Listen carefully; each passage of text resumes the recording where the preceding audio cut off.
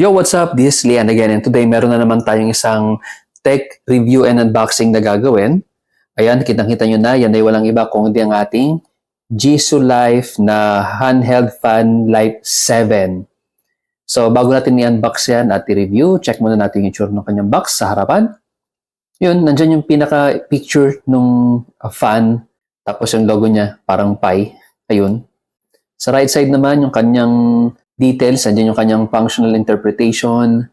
Sa baba naman, yung kanyang mga main features na 5-speed personal fan, multi-scenario use, safety lock design, at yung kanyang battery na umatikabong up to 13 hours of battery.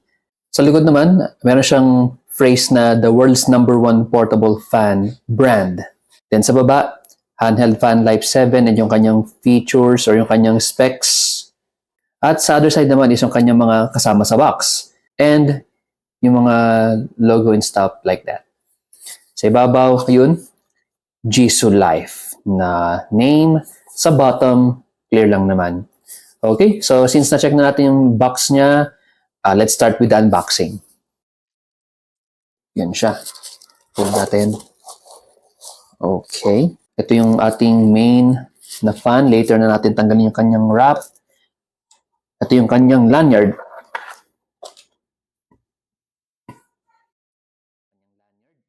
Meron din siyang user guide. At yung kanyang USB cable na Type-C. So yan ang mga included sa ating box. Okay, so yan. Tanggalin na natin tong balot niya and let's check what we have here. Ayun o. Ang ganda niya. Premium na premium ang kanyang design. Okay, this time check naman natin yung parts ng ating Jisoo Life handheld fan Life 7. Sa harapan, ito yung ating main fan. So itong harapan yung ating air outlet. Sa gitna niya, dito, meron dyang LED indicator ng battery percentage ninyo. Sa bottom, ito yung ating power button.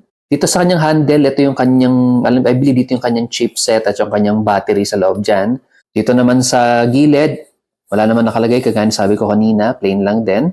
Sa likod, andito naman yung ating air inlet, so dito pumapasok yung hangin. Then, sa baba niya, andito yung ating on and off key. At syempre dito sa bottom, yung ating USB Type-C port for charging. This time, check naman natin yung mga main features itong Jisoo Life handheld fan 7. So, simulan natin sa kanyang fan speed. So, meron siyang 5-speed na personal fan. Check natin muna kung merong power. On natin sa likod. Yan. Then, press natin itong power. Yun. So, meron siyang available na 74%. Yun. Nakalagay din kung anong speed level na nakalagay number 1. Press natin again itong power button dito. Number 2. Another press. Number 3. Oh, ang lakas ng hangin niya. Oh. Stig. Then, number 4. Yan. Talagang mamalakasan yung kanyang hangin. At yung kanyang number 5, or gear 5 niya. Yun. Okay, so ang lakas ng buga ng hangin niya. Talagang spread out yung kanyang buga kasi malaki yung fan natin. So since malaki yung ating fan, expect na natin na yung kanyang output is wide rin. Talagang malaki yung kanyang range. So para naman mag-off siya, pilitin mo lang yung power button. Yon, and then magiging or ma-off na siya, then ating safety lock, pag nyo ilagay sa off, hindi na siya mag-on. Well, ayan, pag pinindot ninyo, makikita nyo lang yung battery percentage, pero hindi talaga siya mag-activate completely. Another feature naman niya is yung kanyang multi-scenario use. Paano yun? So, syempre, for example, nakatambay ka lang sa, let's say, kwarto ninyo or sa office, pwede nyo pa rin siyang gamitin. Syempre, kagaya ng sabi ko kanina, meron siya rito ang articulation. Pwede nyo siyang i-bend ng paganyan. Yun, no? Tapos pwede nyo siyang ipatong sa table. Yan, ganyan. Hindi siya slippery kasi makikita niyo sa baba, meron siyang rubber na stopper dyan. So, meron talaga siyang contact sa floor or sa surface na inyong ilalagay. For example, ganyan. Making it very sturdy. So, hindi siya gagalaw-galaw, oh.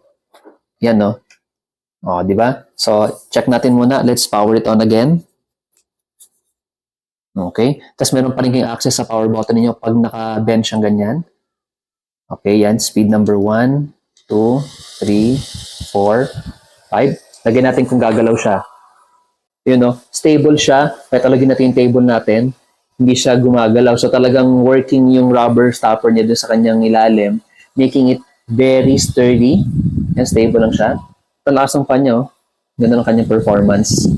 So yeah, yun yung isa pa niyang feature. Again, pwede mo pa siyang, marami kang pwedeng gamitin na ganitong scenario. For example, kailangan may bend na paharap na ganyan. Yan, pwede rin. Kapag medyo nakakangali sa kamay, yan, pwede may bend ng slightly lang paharap.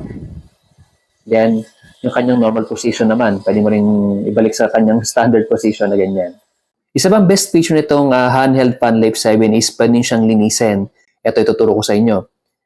I-turn nyo lang sa likod yung inyong fan. And kung makikita niyo sa baba, meron siyang screwdriver dyan. So, kuha lang kayo ng Phillips screwdriver.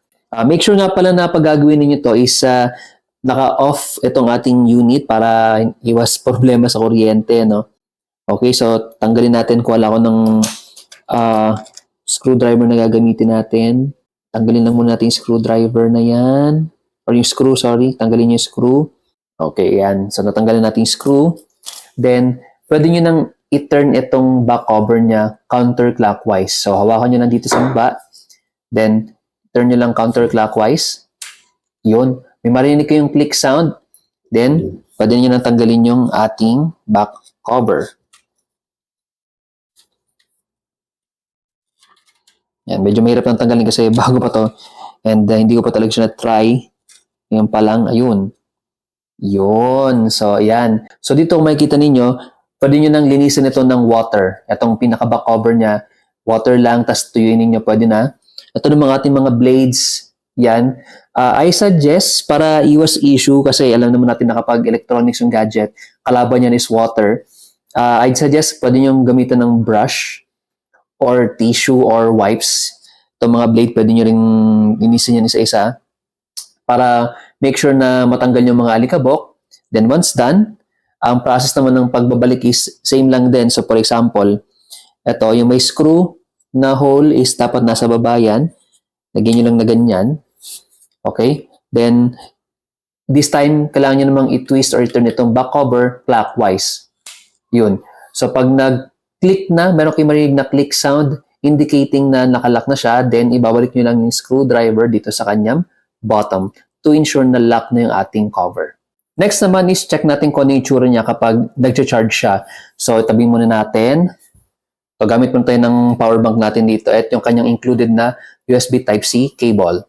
So, charge natin siya. Tignan natin kung ano yung itsura niya kapag nag-charge, okay? Yan, lagay muna natin dito. And let's plug it in sa bottom. Yun.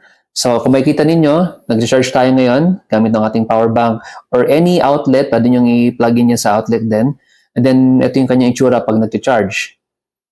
So, nasa harapan, meron siyang indicator ng, like I said, yung kanyang power. So, currently, we're at 74% and it's charging. So, yan, nagpa-flash yung indicator niya. Let's check naman, magkaroon tayo ng size comparison dito sa ating Jisoo Life na handheld fan Life 9. Ito yung kanya itsura. So yung handle niya almost kasing taas nitong Life 9. Although mas malapad itong Life 9. Height-wise, ayan, kita nyo naman mas mataas itong Life 7. Kasi nga, mas malaki yung kanyang fan and mas malaki talaga itong Life 7 kumpara sa Life 9. Yung fan natin, yan, size comparison, night and day ang kanilang comparison. So, ito yung actual nilang size. Sabi ko nga, night and day. Side profile, ganito na lang yan, side profile. I think, same sila ng thickness. Ito, sa bottom natin tignan. Yes, almost makapal lang ng konti itong Life 7 kumpara sa Life 9. Pero again, ito kasing Life 9 pang talagang portability. Ito, yan, pang ganyan. Para siyang naka-hand grip position. While as itong Life 7 is more on para siyang streamlined design na actually talagang para talaga siyang fan. Yun, yung para siyang yung mga mini handheld na fan. Then what else? Yun, so para sila ng kulay, ganda. Sa mga logo, same lang din naman ng logo, ayan. Ito available din pala siya sa color white. Meron din kaming Jisoo Life 7 na color white. So, pili na lang kayo kung anong gusto nyong kulay between black or white. Okay, ito para mas ma-appreciate ninyo visually kung paano or gaano kalakas yung fan. Ito meron tayong tissue. So, itatapat lang natin sa ating fan para, makita niyo visually kung gaano kabilis yung speed number 1 hanggang 5. So, let's start with number 1. Then, let's move to number 2. Number 3. Number 4.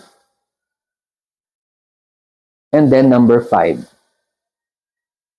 Okay, so yan ang ating visual airspeed para sa ating Life 7.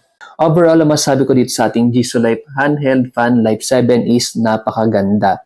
Napaka-slick ng design. Actually, premium design siya. And sa kanyang features, napakaganda ng features niya kumpara sa ibang versions niya. Marami siyang functionality like itong yan.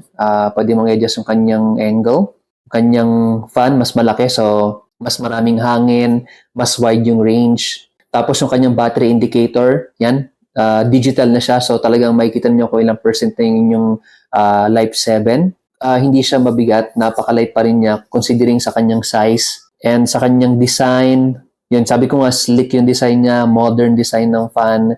Talagang pag meron ka nito, feel mo is astigin. Yun yung sabi ko, yung opinion ko sa kanya. So anyway, yun lang naman yung ating quick unboxing and mini review pagdating dito sa ating Jisoo Life Handheld Fan Life 7. Sana tuwa kayo at nagkaroon kayo ng idea kung paano siya nag-work. And sa mga may planong bumili dyan, siguro alagay ko na sa description below yung link kung saan siya pwedeng mabili. And yeah, that's about it. So sa mga bago lang dito, leave your comments about this item sa iba pa natin video. Check nyo yung ating other videos. Leave your comments down below, like, share the video, and as always, stay chill!